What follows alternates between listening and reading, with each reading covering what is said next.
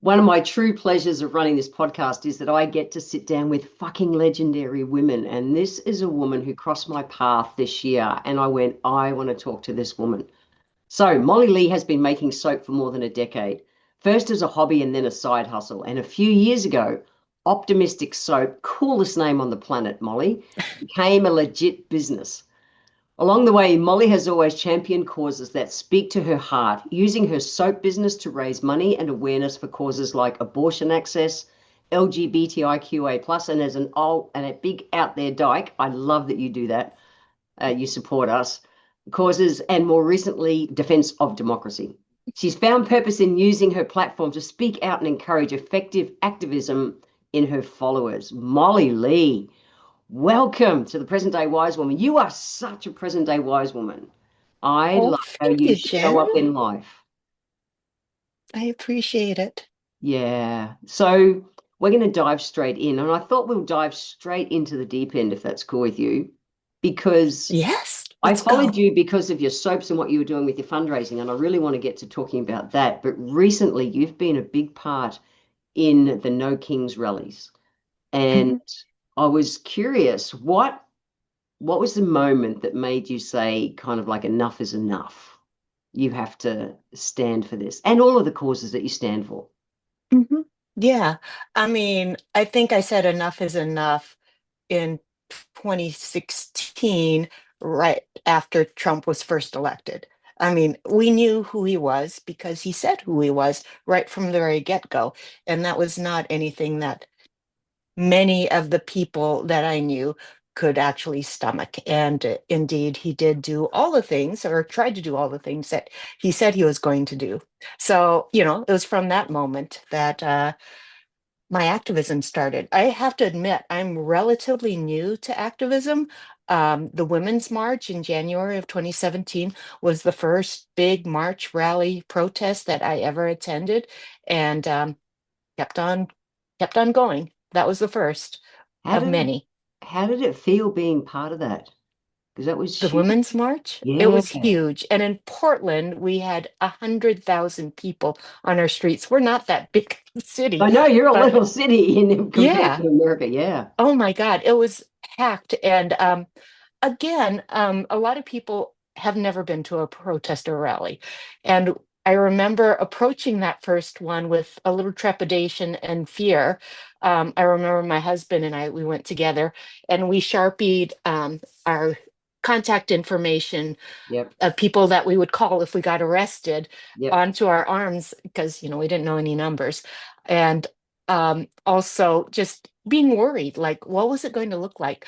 But Jen, it was the most heart-filling, soul-affirming, wonderful experience, to be in there. It rained like gangbusters, but to be there with a whole 100,000 other people that were all equally on the same page and all excited and all linking arms and saying with one loud voice that we do not appreciate this.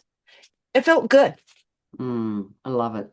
I love Mhm. it. And that's the thing. A lot of people are thinking, fuck, I want to be part of this, but I'm Mhm. scared.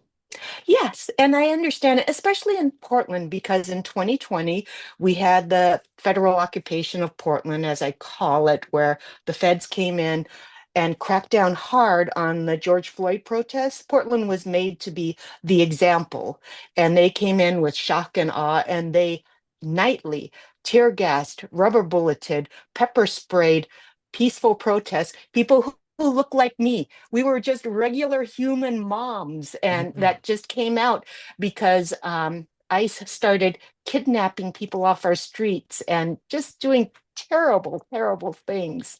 But, anyways, at that time, people geared out with gas masks and stuff. And I remember at the last No Kings rally, um, a friend of mine who had never gone to any of these before was texting me for advice and asking me for help. And he asked, do I need to get a gas mask? And I was like, no, honey, this is not like that. This is a soul affirming, just full of light celebration, and you will love being there. This is not a scary thing. I've been to scary protests. And this is not it. I love at the moment that so much of the protesting that's happening over there is that peaceful protest. I Hmm. think so much of Gandhi, who he just stood his ground and just went, Hmm. non-violence. And I Yes. think that's the Yes. intelligent protest because we're not Yes. giving them any reason, to do Exactly. the extra Exactly. nasties. And so how can you go crook on or as we say, go crook, how can you attack a unicorn or a bloody big green frog? Exactly. And I am so proud of the Yeah, protesters. The No intelligent. Kings rally, 7 million people on the streets, no violence, Yeah, no arrests, everything peaceful. The ability to maintain that amount of discipline is extraordinary. And we are doing, as you said, we've got the blow up inflatable costumes at on ice. That's like one block in our city where there is a lot of activity. And people, I've seen criticisms of that looks so silly. You're just, this is fascism, and why are you making this look dumb? And but the whole point of this reaction is performative. We're showing that ICE is being completely performative. They are not serious. They're just out there flexing their guns. And by showing up in unicorn inflatable frog costumes and having ICE attack us, we show that, they're not seriously there to protect us. They're there to attack peaceful people, and that's what they're doing every day. yeah. Well, I love it. I would so be with you guys if I lived I over. know you Oh, would be. I'd It would be be the unicorn awesome. in the front Yes, row. Damn. exactly. Portland has always been the peace, love, and brown rice capital of the US. I've been there many Yes, times. I Uh, love it. Great. yeah, your seaside there is spectacular, and then up to the gorges. Mhm. Like it is a spectacular part of the world. It is. It is, and yeah, it's not a war zone like it's been depicted. So. Right. And I'm not Yes. not surprised to find peace, love, and brown rice soap makers like yourself there. So you were an IT chick, Hmm. and then came Yes. across to soap making. What brought you across to soap making originally? Because the whole, I'm an aromatherapist and a naturopath, so that whole modern day alchemy thing, Yeah. transforming Oh, things into a yes. thing, is Uh-huh. so special anyway. And then for you Hmm. to add your version of activism even onto that by selling your soaps and raising money for such needed causes. Like, you're the logical IT chick. How did you make that transition? Well, I'm not a logical IT chick. I happened into IT, and in my decades in IT, as a really pretty professional IT professional, um, uh, as a fairly successful IT professional, um, I was never an IT type person. I would tell people that all the time. Um, I won't get into how I ended up in IT, but they appreciated me and they appreciated my communication skills. So I spent my days writing emails and coordinating things and documenting things. And that was fine. But you live your world as an IT professional in pushing around pixels on a screen and never touching anything. And I Mm, think that was one of the reasons why crafting, creating something that I can touch and feel that felt good on my skin, that was actually useful, was so exciting to me. I could smell it, I could feel it, I could, it just hit all the creative bells in my head. mm. So that became a minor obsession. I made a lot of soap just for the family initially, and then eventually it piled up enough that I had to get it out in the world. So I started selling to friends and coworkers, and they were kind enough to purchase my little blobby soaps and give me enough money that I could make the next batch. I love it. So a big part of your business nowadays is that you donate soap to help feed families, shelter refugees, even Mm-hmm. Yeah. help blind people see.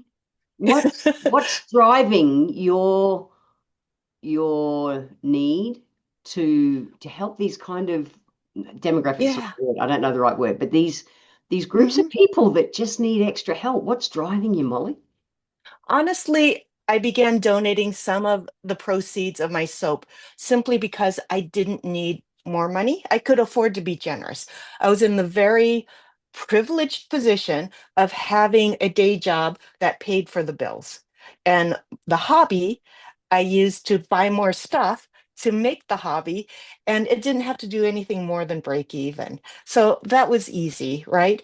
But then I found a real purpose. I realized how soul filling it is, how wonderful it feels to give back to the world. Mm. And that feels so much better than anything, anything you can do. I think back on what gives human beings pleasure, and there are things like having a good meal, going and having a manicure with the girls or getting a massage and buying a cool toy off the online site. And those definitely are pleasurable. And I'm not against people enjoying pleasure, but those things are fleeting. It feels good and it's wonderful, not denying that to anyone. But what has given me lasting contentment and comfort is doing something that gives back to the world.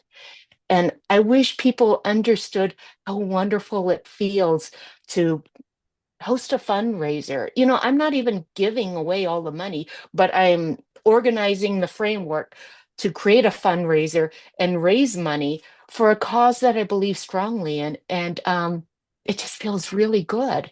I do it for the most selfish of reasons, Jen, because it feels so good. Yeah, we're human beings are service orientated beings. It's built Mhm. into us to help other people. It just is. We know how good we feel when someone lets us help them. And yet so many Exactly. this world is so packaged nowadays that people have forgotten that the importance of that part. And it Exactly. tells our body I'm okay physically as a Yes, naturopath. It tells our body I'm good. It's one of the best stress lowering things we can do, helping it others. feels good. And here's the thing, I think it's hard to monetize.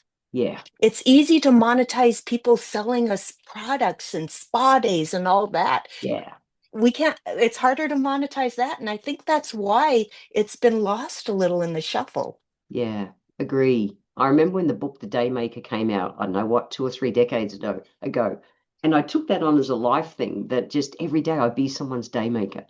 I mindfully Ooh, that sounds exciting. I've got to check that out. that was What is that, a movie, a book? no, it was a book 2 or 3 decades ago, long time ago, to be a daymaker.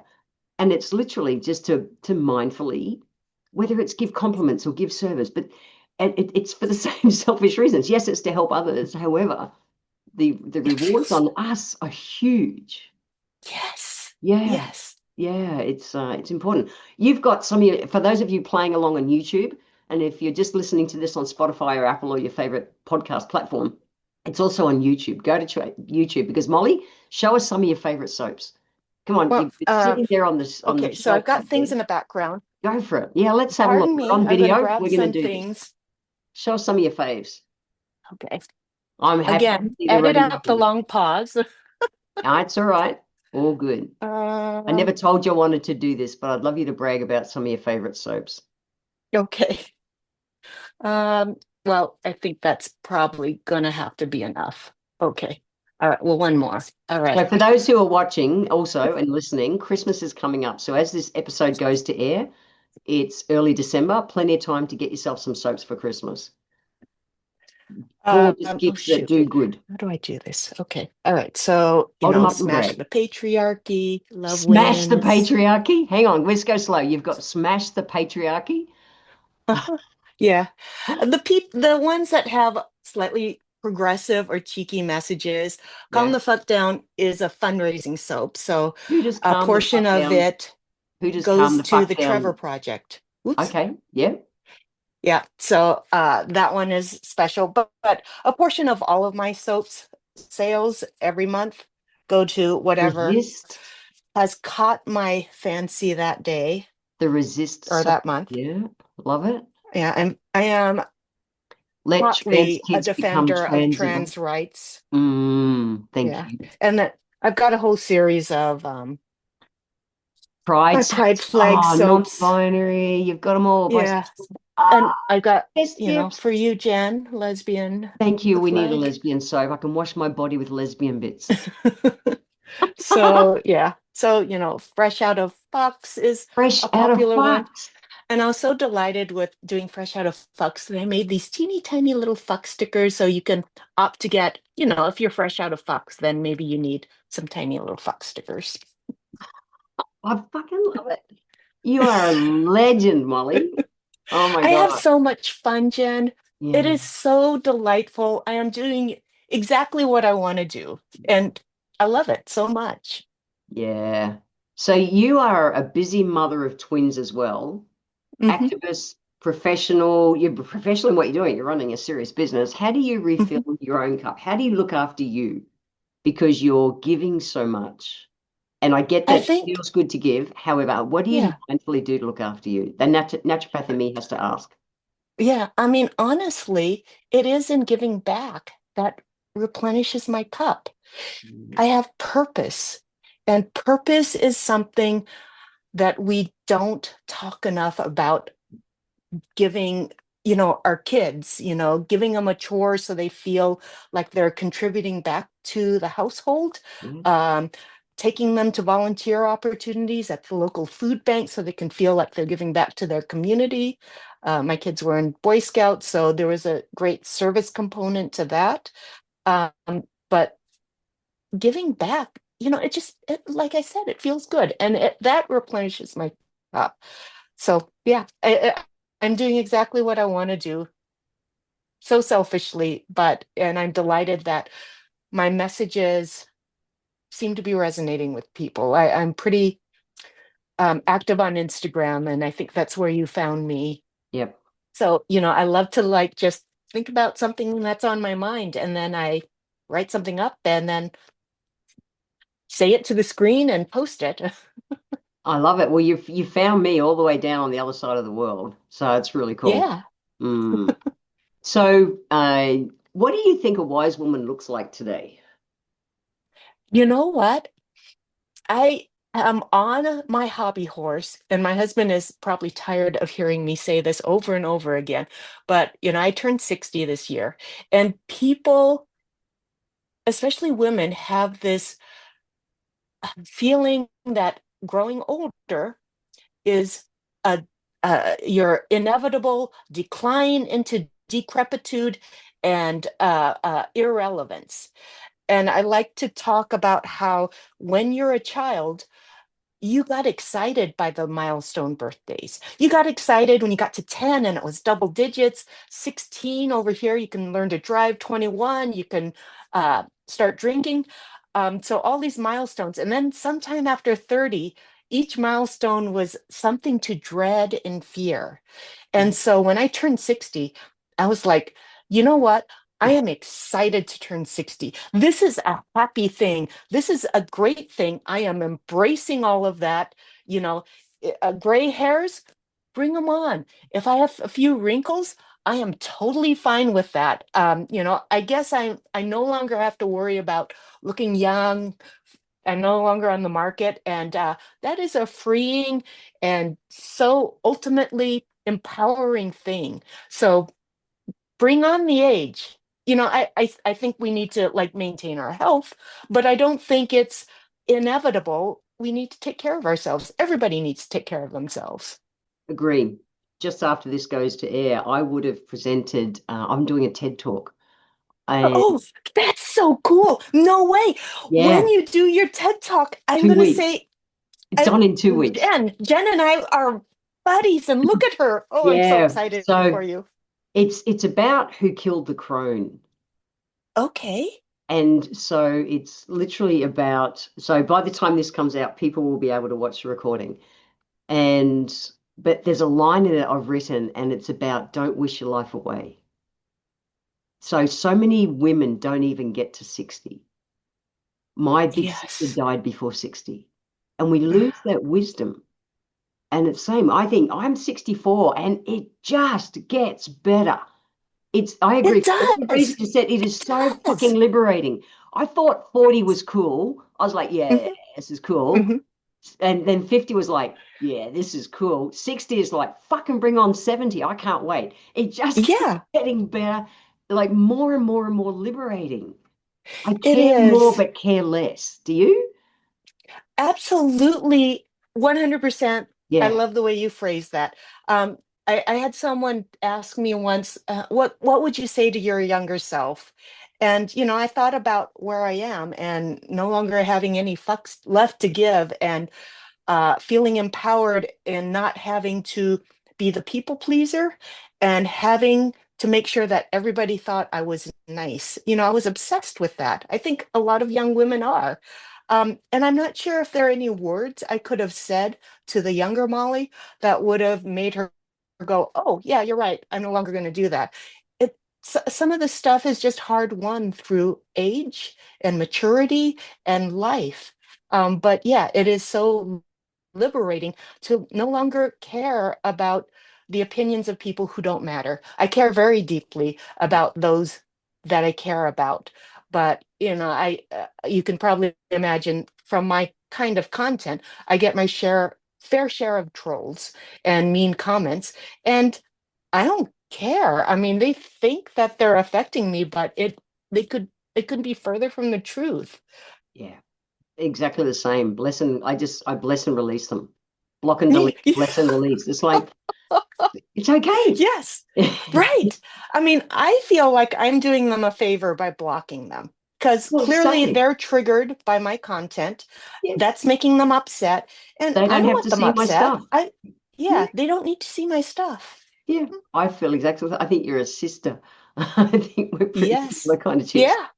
I was going to ask you that question. What would you say to yourself, your 18-year-old self, with the wisdom you've got today? And you Mhm, think so much the same way as me. I love it. I knew, mhm. yeah, just following you on Instagram, which is how I did find you. You're inspiring for me to watch. Amongst all the interesting, and I use the word interesting instead of crap, negative shit that's out there nowadays. But amongst all that, you are such a shining light in my day. I look forward to seeing your posts. So Oh, thank you. thank you. Keep doing that. People like me, we want to, and anyone listening to this, you've got to follow Molly because she is. You make shit fun and with good meaning and purpose and love behind it. And it really shows. I Yeah. appreciate that. Thank you. And I just want to interject that I'm not always optimistic. There are No. times when I do get, there is reality. And optimism doesn't mean that I'm just, happy go lucky and everything's fine, fine, fine. It's not that way. And, you can see from my posts that I violently push back against this administration. And I think that what is happening is terrible. And if you were to scroll through my feed to the day after the election, I am not happy at that point. And but I'm honest. I think I'm honest. And it took me a good at least a month before I could grope my way out of the darkness and begin to start to post anything that resembled optimism, because that was a devastating gut punch to me and so many people. Yeah, but optimistic doesn't mean that you're happy la la 100% of the time. Same Correct. with me. I default Mhm, to optimism. However, I have mhm. my moments and I'll choose to look for the gift in the moment and the gift Exactly. and that drives me, to do other things. But yeah, I'm And not happy that's the la la thing. all the It time. it's driving you to do something. It's Yes. driving you to do something about it instead of, lying back and going, oh my God, everything is terrible. I'm just going to Yeah. eat ice cream and watch TV. You're finding a way to give back to the world. Mm. And, I'm feeling that way too with my feed and the messages that I have for my folks. Yeah, the start of this year, my optimism button got really pushed with what happened in the States. Mhm. And I got kicked out of the army at 20 years old for being gay, and I've been fighting for gay rights. Yes, it wasn't allowed back in the early 80s, Mhm. and it Oh was yeah. Don't ask, don't tell. yeah, yeah, yeah. Oh, we didn't even have that. It Oh, was just get out. it's just get out. It Oh was my just yeah. God. However, that gave me my purpose to never hide and to fight. for gay rights and women's rights. Yeah, and that's important. Your stance to never hide. Mm, You stood out then, and you were in front of all the other younger people who could see you, yeah, and you were a role model, right? yeah, And that takes a lot of courage to stick out even when you're in a society that isn't ready for you yet. And I see that fight being mirrored in trans rights right now. yeah. I 100% agree. And women's rights right now. I started to lose I hope at the start know. of this year, and this podcast comes out of the fact that I said to Alice, my wife, like, I don't want to live in the world where women are being taken back 50, 100 years when we've been fighting so hard for what we've had, Mhm. let alone trans and gay and everything else, just basic women's Yes. rights. And so Yeah. the podcast I saw as a way that I could use my voice and Hmm. sharing wisdom from women like you who are having intelligent or in having, yeah, I don't know what the word is, but activism and using your voice intelligently to educate. And it is, and you said before we came on the line, like you've been, fighting on the streets, so to speak, for years. But it's great now that we're seeing we've got to pave the way for the next generations. Us, if we don't use our voices, how do the others learn to use theirs? I Yes. think that's such a big Yeah. part of us being, crones, being wise women. Just we've Hmm. gotta we stand Yeah. on the shoulders of other amazing women. We've got to keep it going. Yeah.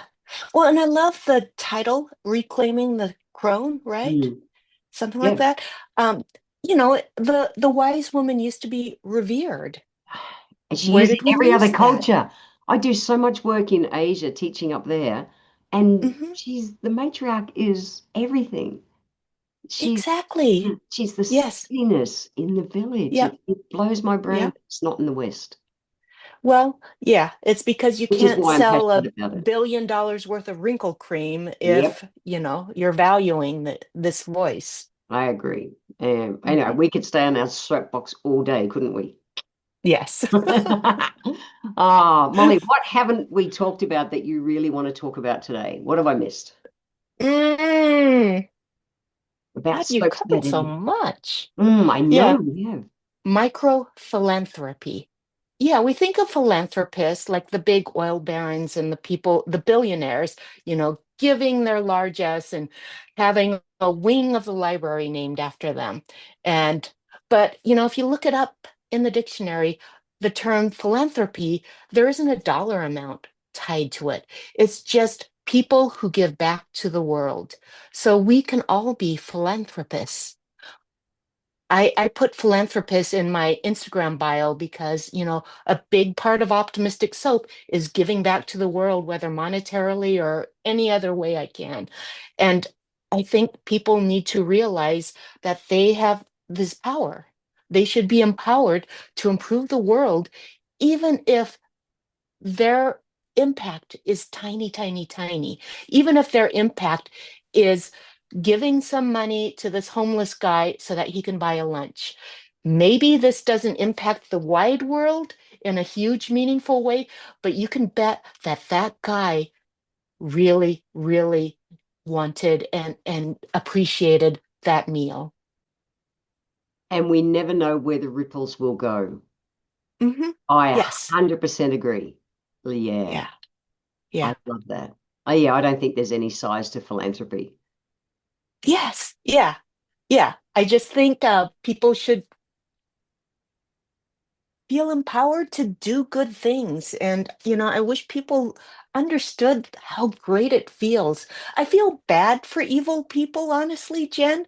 Yeah, People who totally. They miss out on so much. Oh my they God. miss out on so much. And, they're, I don't know, the billionaire, he's counting his money but that's such cold comfort. That's not real happiness. You and I and so many people can have what Jeff Bezos and Elon Musk will never have, and that is enough. Hmm. We can have enough. Bazillion% agree. Molly Mhm. Lee, you're a fucking legend. I love you to bits. I really do. I wish I lived closer to Portland. I will visit you one day when I can get back into Come and America. visit. Sure Oh, can that'd at be the awesome. moment. That country is Yes. safe for me to visit right now as a big old Oh, adult. I know. But I will one day. In the meantime, Okay. what's the best way for people to follow you and check out what you're doing? I'm most active on Instagram as Optimistic Soap. Yep. You can also find me on Blue Sky and Threads and Facebook. My website is optimisticsoap.com. I love it. I will put the links to all your stuff in the episode below. So wherever you're listening to this, be it YouTube, be it, Apple Podcasts, Spotify, whatever, have a look below in the show notes and you'll find the links direct to Molly. Molly, thank you. It's been such a joy to meet you for real and to have this conversation this morning. Please keep up your work. You are a special light on this planet. Thank you, Jen. You You too. are a present day wise woman. Yay! I Yeah, feel so privileged. I've got the crown. you've so got the crown.